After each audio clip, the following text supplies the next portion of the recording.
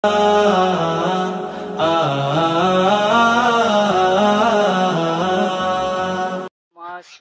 বা মানে এই ওয়েদারের সাথে মানায় নিতে পারবে কিনা, এই জন্য আমরা সয়েলের অনেক ধরনের টেস্ট করছি, ল্যাবে টেস্ট করছি। টেস্ট করার পরে আমরা এটা ফর্মুলেশন যখন আমরা এই অনুজীব সারটা মাঠে ব্যবহার করছি, আমরা মাঠে ব্যবহার করার পরে আমরা এখানে খুব ভালো ফলাফল পেয়েছি। যখন ভালো ফলাফল পেয়েছি তখন আমরা এটা যখন কৃষকের মাঝে পৌঁছাইতে হবে, জন্য আমরা আরও বেশ কিছু জায়গায় আমরা এটা ট্রায়াল দেওয়ার ব্যবস্থা করেছি। সেটার ক্ষেত্রেই সেজন্যই আমরা এইচকে যে বহুমুখী খামার এনাদের সাথে আমরা কথা হয়, এবং কথা হওয়ার পরে আমরা তাদের এখানে আমরা এক্সপেরিমেন্ট এখানে সেট করেছি তাদের মাধ্যমে।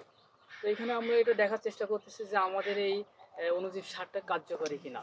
এজন্য এইচকে বহুমুখী খামার এখানে বিভিন্ন ধরনের এখানে কম্পেয়ার করার জন্য বেড তৈরি করেছে, যেমন রাসায়নিক পদ্ধতিতে চাষাবাদ এবং এইচকে মানে খামারের যে অনুজীব সার এবং আমাদের হাজি দানেশের তৈরিকৃত অনুজীব সার এবং এইচকে প্লাস আমাদের হাজি দানেশের অনুজীব সার দিয়ে কম্বাইন্ড বেড করা হয়েছে।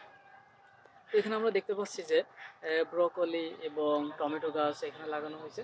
তো আমাদের এখানে টমেটো গাছের যেখানে আমাদের সারগুলা ব্যবহার করা হয়েছে, সেখানে ব্রকলি এবং টমেটো গাছের উচ্চতা, শাখা প্রশাখা, ফুল ফলের সংখ্যা অনেক বেশি।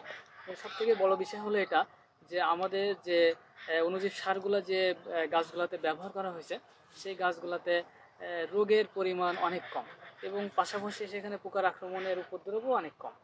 এই জন্য আমরা আশা করতেছি যে আমাদের এই অনুজীব সারটা খুব কার্যকরী বা কাজ হচ্ছে।